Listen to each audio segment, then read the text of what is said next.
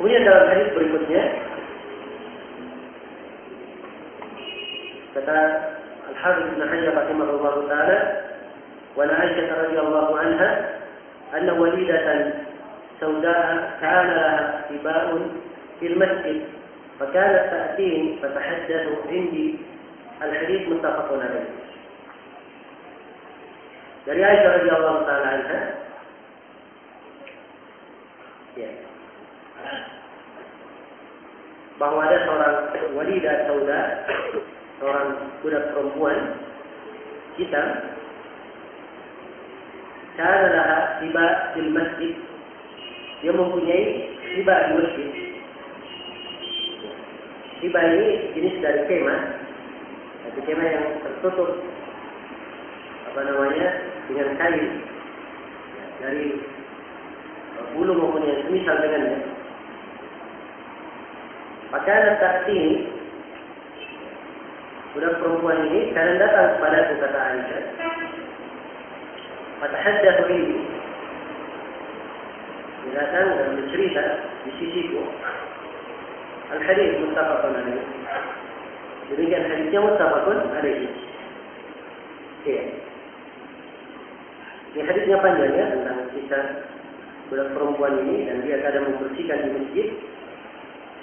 Setelah itu budak perempuan ini meninggal. Iya. Dan disebutkan di malam hari oleh para sahabat.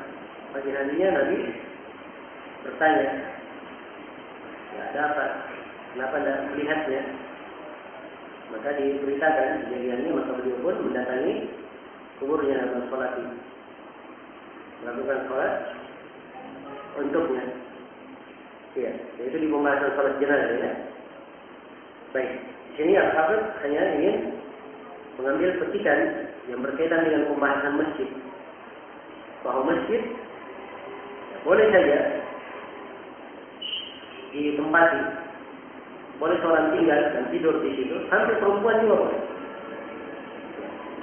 Sampai perempuan juga boleh. Yang penting ada tempat khusus baginya, tempat yang aman dari fitnah.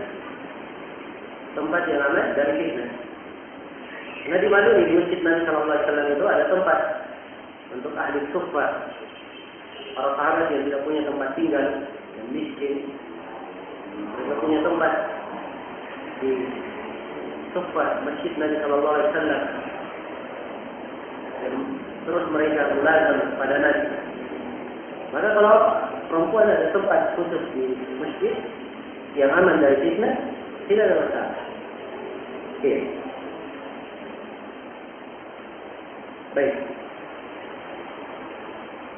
Ini menunjukkan bahwa memasang kemah di masjid itu tidak khusus untuk orang yang iktikaf saja. Boleh saja untuk orang yang lainnya. Boleh untuk orang yang lainnya. Dan hadis ini disebutkan di sini walidah dari saudara, seorang perempuan yang hitam. Ya. Penyebutan hitam dan semisal ini bukan masuk dalam konteks celaan, tapi dia masuk dalam konteks menerangkan. Masuk dalam konteks menerangkan. Karena itu di dalam menerangkan sifatnya takrif itu tidak dianggap ghibah. Tidak dianggap ghibah. Sebab dia dikenal dengan anak tersebut. Si fulan yang mana? Oh, si fulan yang pincang misalnya, si fulan yang buta misalnya, si fulan yang ini. Yang disebutkan jenis dari cacatnya bukan untuk mencelanya, tapi untuk mentakrif, membedakannya. Maka seperti ini tidak ada masalah. Iya. Maka anak saksi ini fatahaddatsu ini. Dia kadang datang kepadaku, bercerita di sisiku. Iya. Menunjukkan bahwa tidak ada masalah seorang istri menerima tamu perempuan di rumahnya sepanjang itu tidak membahayakan, tidak mendatangkan bahaya untuk dia dan tidak membahayakan untuk suaminya. Ya. Dan kewajiban seorang istri di rumah, ya, diizinkan menerima tamu, tetapi dia juga harus mengerti tentang bagaimana menjaga keadaan rumahnya dan menjaga keadaan keluarganya. Iya. Jadi menunjukkan husnul akhlak, kebaikan akhlak Sebab Islam juga tidak menutup perempuan itu tidak menerima siapapun yang masuk. Ya. Boleh saja masuk pada para perempuan yang lain, ya, bercerita dan berbicara dengan hal yang baik. Adapun kalau berbicara dengan perkara yang tidak baik, ketemu misalnya hanya sekedar gosip saja, cerita yang tidak ada manfaatnya, maka tentunya hal yang seperti itu adalah hal yang tidak terpuji. Iya.